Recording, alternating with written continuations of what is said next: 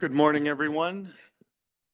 Sorry that we started a little bit late. We had to clear the room from the previous event, but it looks like most who have registered are here, so thank you and good afternoon. Professor Ben Saul, Special Rapporteur, Ms. Frederick Champa, Excellencies, ladies and gentlemen, colleagues. My name is Stephen Sequeira. I'm the Deputy Director of the UN Counter-Terrorism Center in the UN Office of Counter-Terrorism. And I'm also very proud to have the responsibility for overseeing our human rights and gender section in the Office of Counterterrorism. So on behalf of the UNOCT, I extend my warm welcome to each of you in person and online. I understand there's a number of people online. As we convene on the margins of the 58th session of the Human Rights Council, we do so in recognition of the critical need to address the threat of terrorism, including nuclear terrorism. Given current events and geopolitical realities, as well as the resurgence of ISIL and Al-Qaeda in different regions, the threat of nuclear and radiological terrorism is a pressing concern facing global security and stability. I'd like to express my gratitude to Mr. Ben Saul, Special Rapporteur on the promotion and protection of human rights while countering terrorism, for joining us here this afternoon as a co-organizer and for all of your valuable work, sir. Likewise, we appreciate our co-implementers from the UN Office of Drugs and Crime, UNODC, and we're very grateful to the European Union for its generous contributions which facilitate all of our activities in this field. Ladies and gentlemen, when world leaders convened in New York last September, they adopted the Pact for the Future, a once-in-a-generation strategic vision. The Pact for the Future recognizes the rising catastrophic and existential risks that we face, many of them caused by choices humanity has made. The Pact sets out commitments and recommendations on international peace and security, counterterrorism, science and technology, and innovation.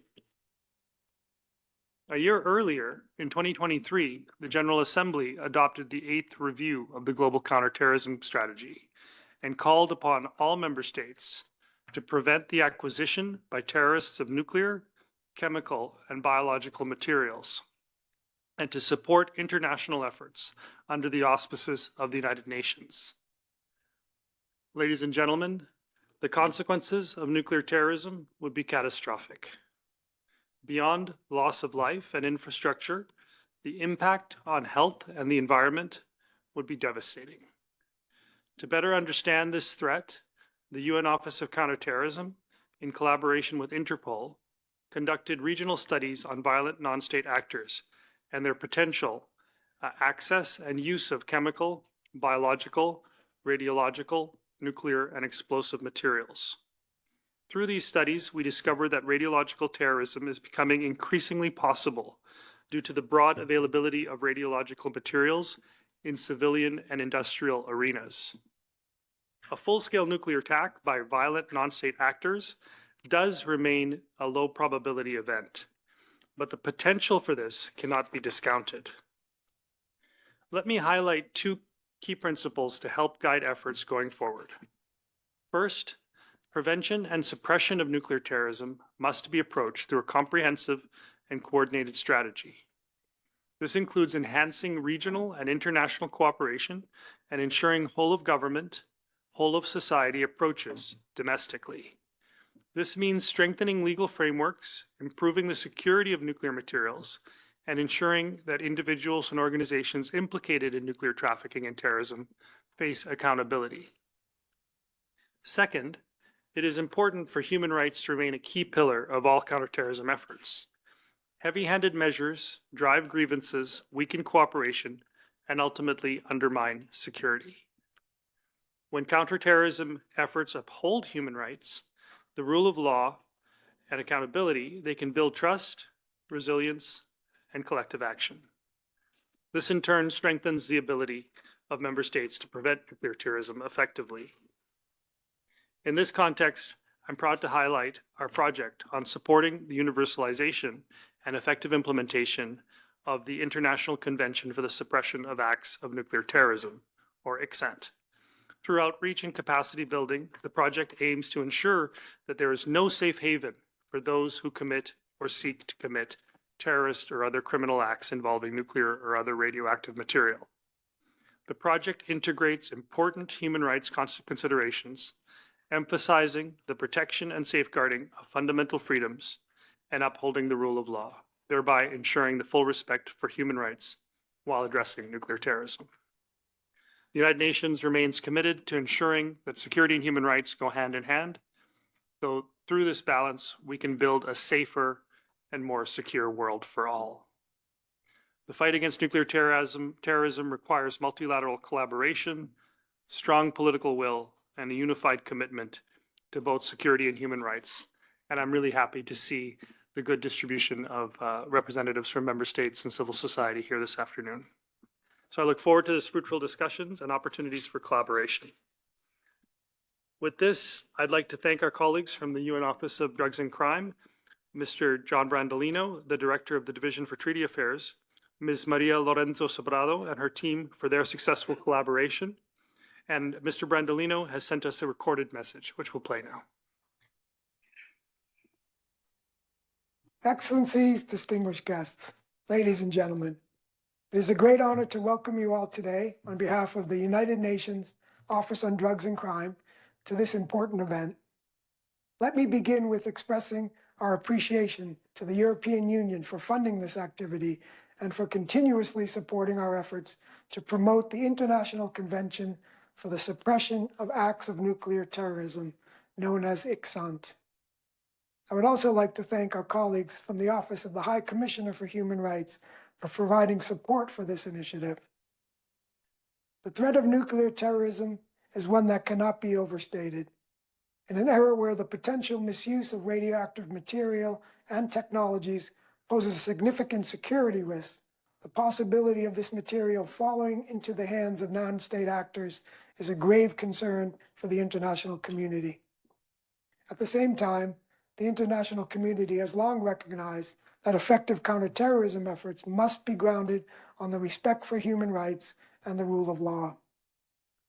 The UN Global Counterterrorism Strategy actually identifies violations of the rule of law and human rights among the conditions conducive to the spread of terrorism, and emphasizes that effective counterterrorism measures and the protection of human rights are not conflicting goals, but complementary and mutually reinforcing.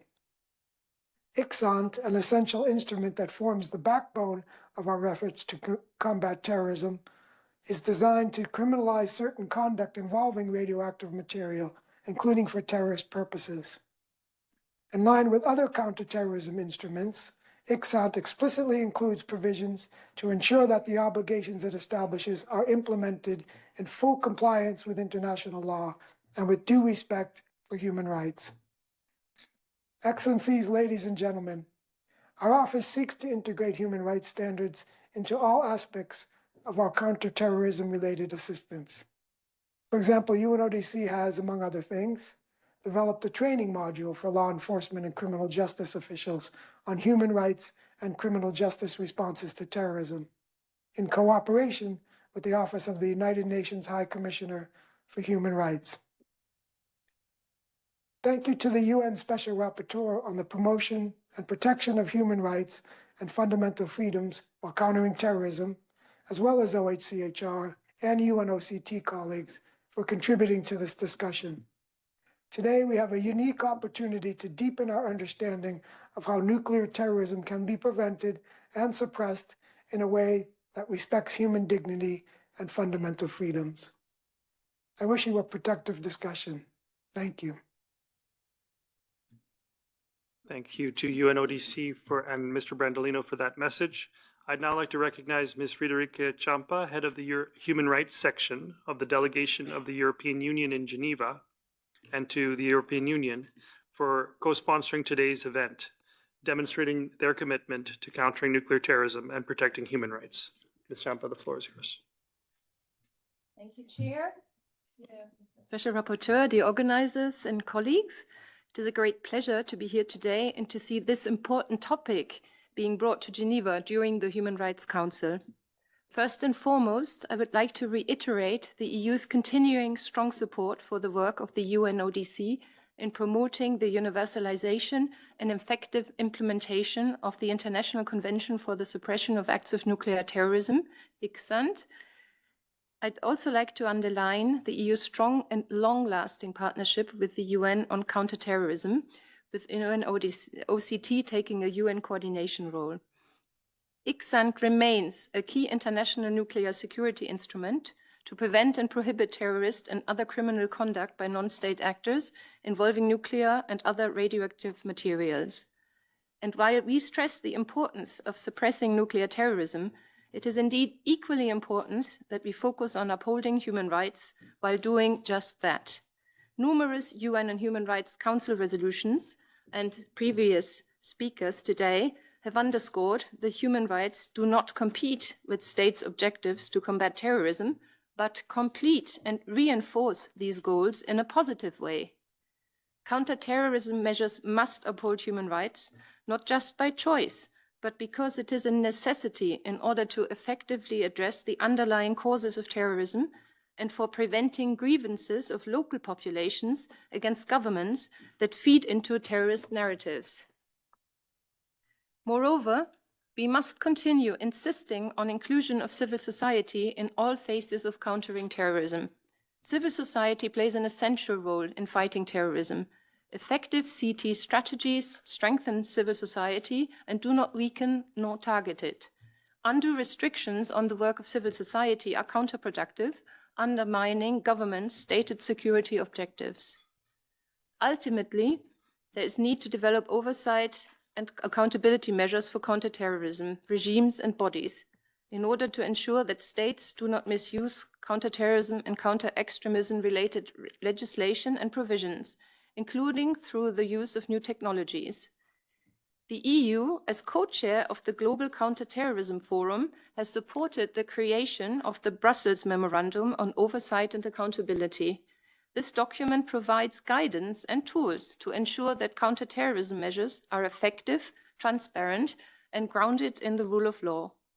With EU and member state support, this document will be operationalized this year through the launch of an expert network that will make it possible to directly engage with partner countries globally. In closing, I would like to express the EU's appreciation for the work of the various UN agencies and for your invaluable collaboration on these topics. Multilateral cooperation remains indispensable in times like these, when the rules-based international order is under tremendous pressure. Your work supports states to establish a robust legal national framework for countering terrorism, underlining the necessity of fully upholding human rights. Thank you very much. Thank you so much, Mrs. Jampa. And thank you again to the European Union for your support. Let's now begin the more substantive discussions. I'd like to give the floor first to Ms. Fanny Furt, our Program Management Officer of the Countering Terrorist Use of Weapons Unit in the UN Office of Counterterrorism's Counterterrorism Center, to present us with an overview of the threat of nuclear terrorism. Please.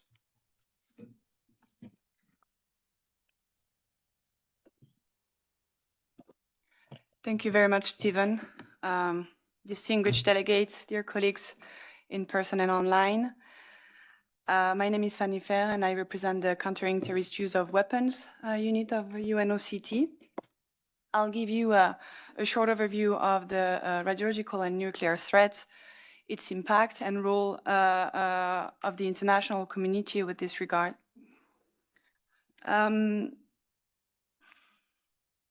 As mentioned multiple times before in the introduction remarks, our work is guided by a very important document that is the United Nations Global Counterterrorism Strategy, adopted in 2006 and reviewed every other year. So it's a living document, a global living document, unique instrument to enhance efforts to counter terrorism. It, in particular, urges member states to take and strengthen national measures to prevent terrorists from acquiring weapons of mass destruction, their means of delivery, and related materials, equipment, technologies related to their manufacture. So to facilitate and contribute to the effective implementation of this strategy, UNOCT developed a global program on countering terrorist use of weapons to answer as well the threat of radiological and nuclear terrorism. The program aims at enhancing capacities of member states in addressing the terrorist acquisition and use of both conventional and non-conventional weapons, from WMD to chemical, biological, radiological, nuclear materials, small arms and light weapons, improvised explosive devices, and manned aircraft systems. Our work revolves around 4 different areas, from threat assessment that will then guide our capacity building delivery, prevention and response, and of course, 4th area, coordination at the international level and with international partners.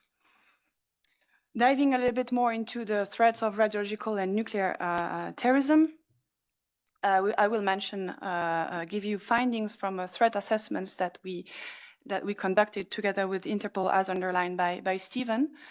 But first, I'd like to give you some publicly available figures from the Incident and Trafficking Database of the International Atomic Energy Agency, or IAEA. And you'll see that the database shows that since 1993, about 52% of thefts of radiological and nuclear material occurred during authorized transport. So this percentage rises almost to 65% in the last decade, which shows an increased interest for this type of material and a targeted approach to their obtention. The database also indicates that the majority of the materials that participating states report stolen, because this database is on voluntary basis and states report incidents. So the participated states report stolen, lost, or missing are radioactive sources used in industrial material analysis or medical application. So in day-to-day, if you wish, applications. 4% of these thefts are confirmed to have been related to trafficking, but the trafficking or malicious use intent of 87% of them remains undetermined. You might think that 4% is a low percentage, but it's already too high. And the database confirms that 40% of all incidents involve nuclear materials, while 59% involved other radioactive material, for instance, the sources I just mentioned.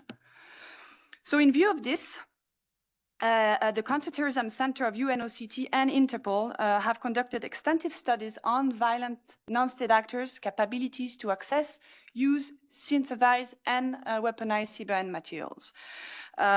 These threat assessments have been conducted for the region of Middle East and North Africa, Sub-Saharan Africa, Southeast Asia, and Western, Central, and Southern Asia. For the context of this study, I'll give you the following definitions of radiological and nuclear weapons. Radiological weapons can be a radiological dispersal device, or RDD, that disseminates radioactive material to cause destruction, damage, or injury by means of radiation, for instance, a dirty bomb, which is coupled with conventional explosives. Radiological exposure devices, or REDs, a device designed to intentionally expose people to radiation, for instance, a hidden source under your seat on the train. When it comes to nuclear weapons, we have military weapons, but from the non-state actors' capability, we would look into more improvised nuclear device, or IND, that might be constructed by a non-state actor. So they utilize the energy produced by the splitting or fission of atomic nuclei to generate tremendous explosive force, heat, radiation. I think we all have images in mind. So compared to an IND or nuclear weapons, RED and RDDs are simplistic to manufacture once the radioactive material has been obtained. Now I'll dive into the finding of this study, starting with radiological terrorism. We can see that it's increasingly feasible due to the broad availability of radiological materials in civilian and industrial context. Remember the data that I gave you from the ITDB. Medical and industrial isotopes, for instance, commonly used across all regions, can be weaponized in radiological dispersal devices, RDDs. known more again as dirty bombs. The good news is that no radiological attacks have yet been reported to have taken place, and the knowledge and skills relating to the manufacture of such materials remain limited. The bad news is the increasing accessibility through trafficking and technical obstacles are reduced through developing technologies such as artificial intelligence, for instance, ChatGPTs and UAS. When it comes to nuclear terrorism and the nuclear threat landscape, it is what we call low probability, high impact. Through a full-scale nuclear attack by non-state actors remain a low probability event, we cannot afford to dismiss it. The impact of even a single nuclear incident would be catastrophic. So our assessment indicates that while terrorist groups would face numerous technical and logistical hurdles and challenges to obtain or enrich fissile material, very motivated actors with sophisticated resources might exploit lapses in security. For instance, they could steal from poorly protected stockpiles or access the rudimentary enrichment technology in regions where state control is weak. The good news is our threat assessment found that in all regions studied, the access, synthesizing, weaponization of nuclear weapons remain unlikely in the near future. The bad news is the threat cannot be dismissed and remains real in the medium and long term, especially in the form of INDs using stolen nuclear material. Now, I just wanted to give also some information on the impact of radiological and nuclear terrorism on human rights, and as well as the role of the international community to counter this threat.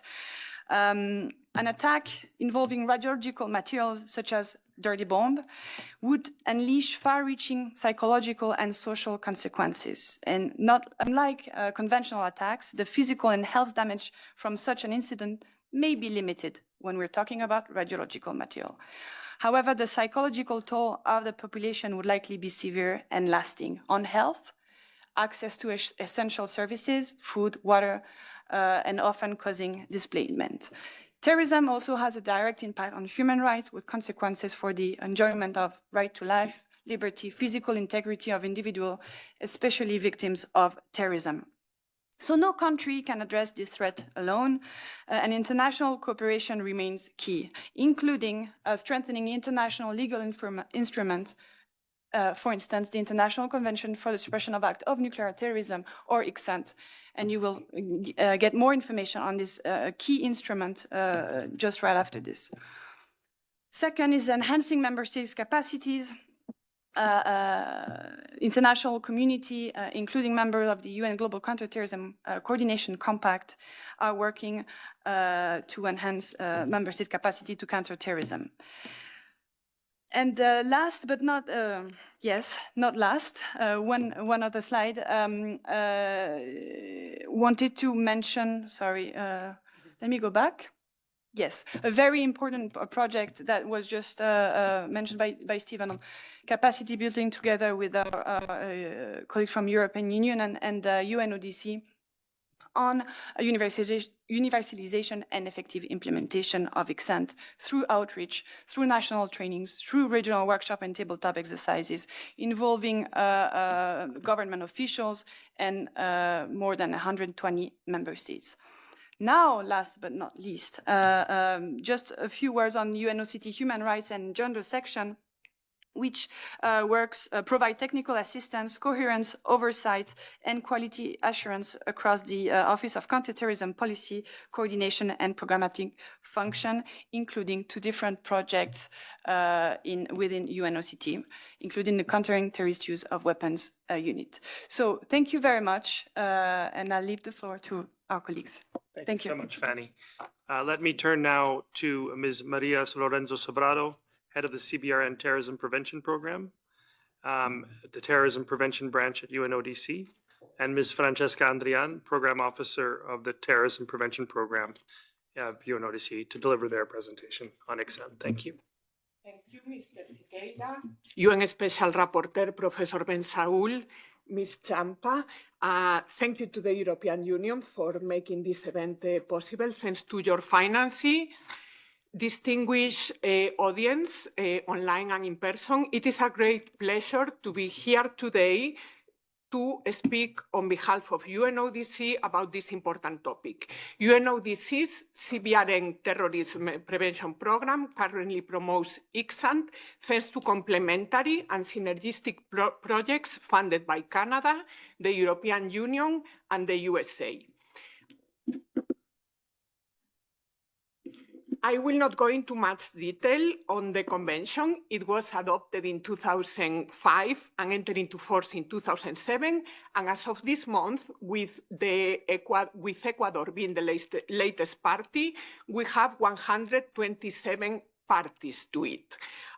Its depository is the UN Secretary General, and it is one of the 19 international legal instruments against terrorism, the universalization and effective implementation of which UNODC is mandated to promote by the United Nations General Assembly. In this slide, you can see further details on our mandate, which I will spare you. This will be distributed in the interest of time. Before going into some more details on the convention, I would like to clarify that the title of this convention may be a little bit misleading. The scope is much broader than one would think by hearing International Convention for the Suppression of Acts of Nuclear Terrorism.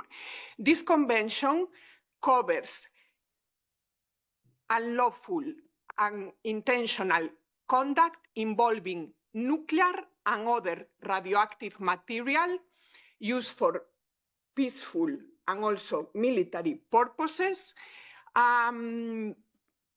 And it goes beyond terrorist intent. Also, other criminal conduct is included in its criminalization provision. So this is very important because there are 15 million radioactive sources that are used, for example, for cancer treatment in hospitals and so on, being shipped annually. And this convention protects against their malicious use. So the scope is really much bigger. We think that only on nuclear power plants, of course, they are covered by this convention, but also all the radioactive sources that are in the world. The key provisions of this convention include criminalization, I just spoke about it, jurisdiction, the principle to extradite or prosecute in order to avoid safe havens, and some strong international cooperation mechanism. Moving along to the human rights provisions, you can see here that in Article 10, a number of procedural guarantees are enshrined for alleged perpetrators. If we move to Article 12, which contains what we can consider the most relevant human right provision of ICSANT, I will not read it in detail because, again, this will be distributed and we are a little bit behind the schedule. And it refers not only to the human rights provisions of ICSANT, but also to international law of human rights. And under international law of human rights, or international human rights law, there are a number of guarantees which apply to criminalization and investigation of terrorist offenses, detention of terrorist suspects, trial and punishment of terrorist offenses. Additional human rights provisions are contained in Article 16, which elaborates on the non-discrimination principle, a principle that has been included in the most recent counter-terrorism conventions. Article 17 contains a number of procedural guarantees for the transfers of persons of interest in connection with a crime falling under the scope of ICSANT. Finally, in this slide, you see the rest of this important Article 7. And now it is my great pleasure to pass the floor to my colleague, Ms. Francesca Andrian, who will further elaborate on other aspects. Thank you, Maria. Distinguished delegates, esteemed colleagues, good afternoon. I would like, first of all, to complement what my colleague has just explained about this convention by informing you that UNODC has developed a dedicated website a website entirely dedicated to this convention, which serves as a repository of all relevant information and resources on ICSANT. This website is being regularly maintained up to date and is available in all the 6 UN official languages. So if you want to know more about this convention, but also about the work that we carry out in this regard, you are warmly encouraged to consult it, and you can also find information about this and other resources just outside the room. I would like now to spend a few words on the efforts of our organization to mainstream human rights across all its mandate areas and activities. First of all, UNODC is committed to comply with its obligations under the United Nations Charter and its institutional mandate. This commitment translates into the integration of human rights as a cross-pillar of UNODC's strategy for the period 2021-2025. As part of the UN Secretariat, UNODC implements relevant policies and guidance established by the UN Secretary General, including the Human Rights Due Diligence Policy, which is a crucial mechanism for human rights risk mitigation, that is to mitigate, to minimize the risk of serious human rights violations perpetrated by recipients of UN assistance and support.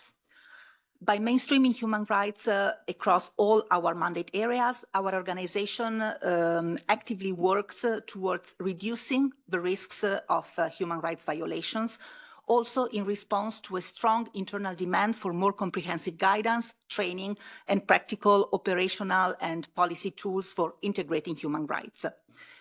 UNODC is also dedicated to fostering the development of in-house learning, enhancing management capacity, and ultimately cultivating leadership on human rights issues. In 2024, we have made a significant progress towards integrating human rights across all the spectrum of our activities. This slide provides an overview of key achievements from 2024.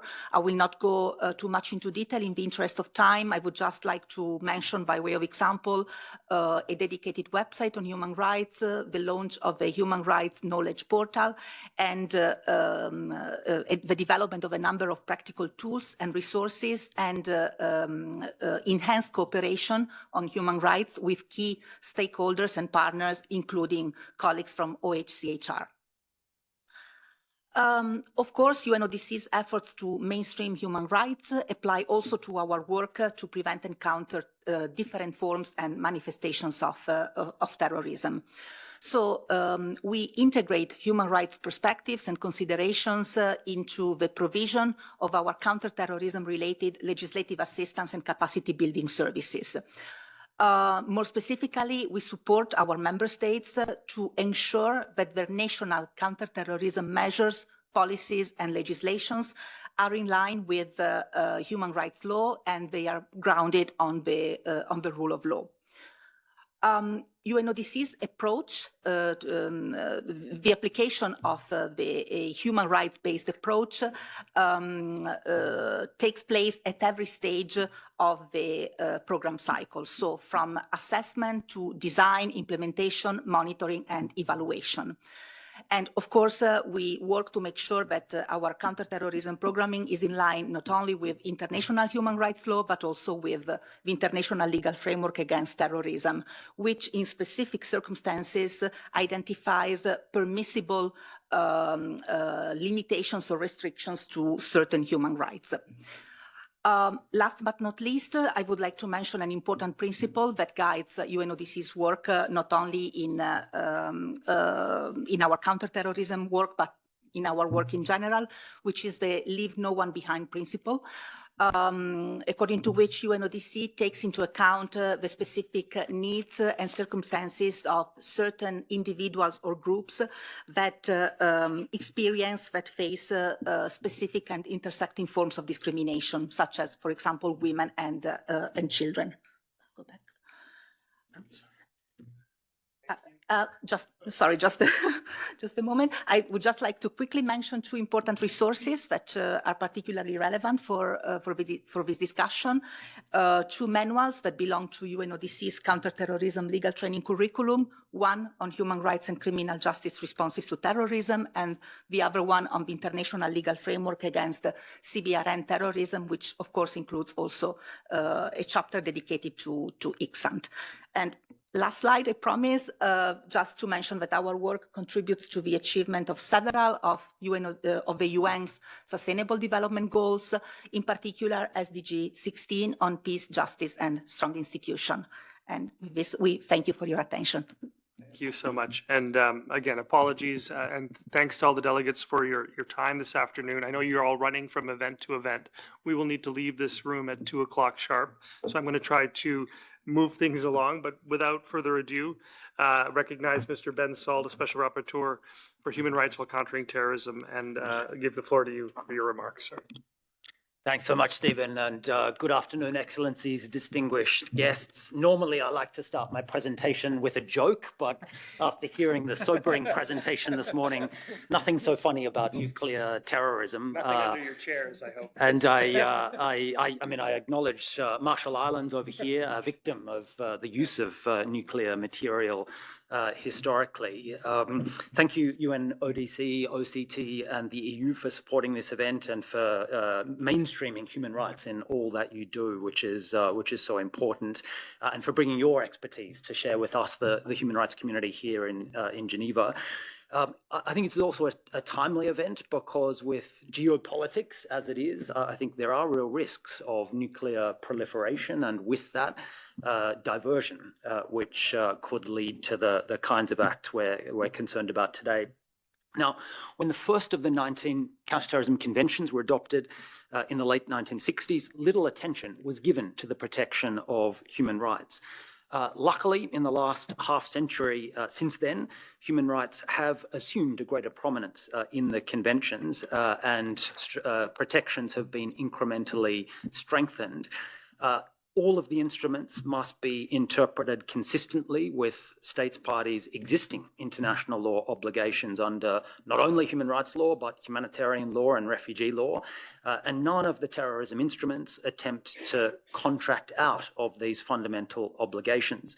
The General Assembly, Security Council, Human Rights Council have consistently affirmed states must respect human rights while countering terrorism. It's not just a matter of legal obligation, moral principle and public legitimacy, but also because doing so makes countering terrorism more effective. By requiring due process to be followed, human rights can safeguard the integrity of investigations, prosecutions, and extraditions, and ensure that convictions are sound, victims receive justice, and the innocent are spared. The offences in the Nuclear Terrorism Convention and its obligations of prevention and suppression and cooperation play an important role in protecting the right to life. Under general international law, all states have an obligation to take all feasible measures to prevent foreseeable risks to life, including by nuclear terrorism. And Article 7 of the Convention is an important obligation of prevention in this respect. The Convention's offences are carefully and precisely drafted, both as regards their physical and mental elements, and the drafting benefited from relevant experts from a variety of the world's legal systems. The offences broadly comply with the principle of legality under Article 15 of the International Covenant on Civil and Political Rights, which requires criminal offences to be defined with sufficient clarity and specificity so people can know what is their legal liability in advance. The offences thus avoid the problem of vague and overbroad terrorism offences that are found in too many national and regional terrorism laws, which are prone to abuse, including against civil society and infringe basic human rights. The Convention also has a particular legitimacy because it was negotiated through the process of participatory and inclusive treaty making under the universal auspices of the General Assembly, unlike the more exclusive and less transparent Security Council legislation resolutions against terrorism, where the Security Council has failed to define what terrorism is or the scope of the offences it's asked member states to criminalise. Further specificity is provided by Article 6 of the Convention, which requires states to criminalise offences in particular where they are intended or calculated to provoke a state of terror in the general public or a group of people, thus giving states the option of distinguishing an additional, more specific nuclear terrorism offence where that extra special or specific intent element of terrorisation is present. The same article also affirms that offences are never justifiable by any motive, echoing the principle of human rights law that one person or group may not exercise their rights in a manner that destroys the human rights or freedoms of others. Now, turning to the specific human rights protections in the Convention, the fair treatment provision in Article 12 was already mentioned, which requires that any person taken into custody or against whom other measures are taken, including proceedings, must be fairly treated. Earlier conventions limited fair treatment just to proceedings, but under this convention and some of the more recent ones, the clause applies to all measures under the convention. So it's not just criminal prosecutions and extradition, but other acts like pre-arrest and pre-charge investigations, searches and seizure of evidence, extradition inquiries prior to a formal extradition request, and any detention incidental to any of the above. Further, it covers measures taken fulfilling a state's duty to cooperate to prevent offences, which could include law enforcement and intelligence sharing, including across borders. Now, in the earlier instruments in the 1970s, there was some confusion about what fair treatment meant. The International Law Commission in the 1970s said it's really about fair trial and non-retrospective criminal punishment. But since 1997, with the Terrorist Bombings Convention and under the current convention, the Fair Treatment Clause has become more explicit, and this is a very good thing. It mentions fair treatment under applicable provisions of international law, including all of the relevant law of human rights. This means all applicable treaty obligations, as well as customary international human rights law, as well as relevant, any of the specialised treaties on women, torture, children, persons with disabilities, etc. And customary law is particularly important if a state is not a party to the ICCPR, and there are about 20 plus states in that category. Not only fair trial and non-retroactivity, but other human rights provisions are relevant under this heading of fair treatment. I'd include freedom from arbitrary detention, judicial review of detention, freedom from torture and other ill treatment, humane and dignified conditions of detention, and the right to privacy in relation to searches and seizures. It also covers fair due process in the expulsion of aliens under Article 13 of the ICCPR, as well as non-refoulement to a risk of serious human rights violations. Now, look, to avoid doubt, the drafters could certainly have made all of this explicit rather than just lumping it under a highly abstract, generalised fair treatment provision. But I do think it's reasonably clear now what is the core of fundamental international human rights standards, customary and treaty, and all of that must be taken into account in applying the convention. Apart from human rights, the reference to international law in Article 12 also imports other relevant standards. The international law on consular relations, the treatment of aliens, including expulsion, diplomatic protection, extradition and mutual assistance law, refugee law, and of course, international humanitarian law. Now, although the Fair Treatment Clause largely operates by reference to existing international law, it's not just symbolic, because, of course, the Dispute Settlement Clause in Article 23 of the Convention can serve to establish the contentious jurisdiction of the International Court of Justice, so that if one state is not treating a suspect fairly, you can be sued in the International Court of Justice. And that doesn't happen under the International Covenant on Civil and Political Rights in the same way. Consular rights and were already mentioned in Article 10. I'd say these provisions are broadly consistent with the international law on consular relations and consular protection. It doesn't elaborate fully on what all of that means, but it must be interpreted consistently with the background law. For example, consular law recognises there's a right of legal representation. Now, that's not mentioned in the convention, but that would certainly be implicit in the references to consular protection. Article 10 also enables the International Committee of the Red Cross to visit somebody, which could be particularly important where the states concerned do not have diplomatic relations. So you could resort to that neutral intermediary. Article 16, the non-discrimination clause was mentioned to prevent extradition or mutual assistance if it would lead to discrimination against a person. An important protection. It's not as good, actually, as the Hostages Convention in 1979, which mandated refusal of extradition if discrimination were involved. What this convention and most of the other terrorism conventions does is allow states to refuse extradition on that basis, but doesn't require it. So it's not actually as good as the duty of non-refoulement under international human rights law, but it's an important acknowledgement and drawing of attention to that provision. Also, I'd mentioned, in the background is the principle of non-refoulement. So regardless what the convention says, no state may ever extradite a person or through summary deportation, expulsion, send someone back to a risk of arbitrary deprivation of life, torture or other ill treatment, flagrant denial of justice or unfair trial, or arbitrary detention, and maybe there are some others as well. The non-discrimination clause is also a bit too narrow. So it says you can't discriminate on grounds of race, religion, nationality, ethnic origin, or political opinion.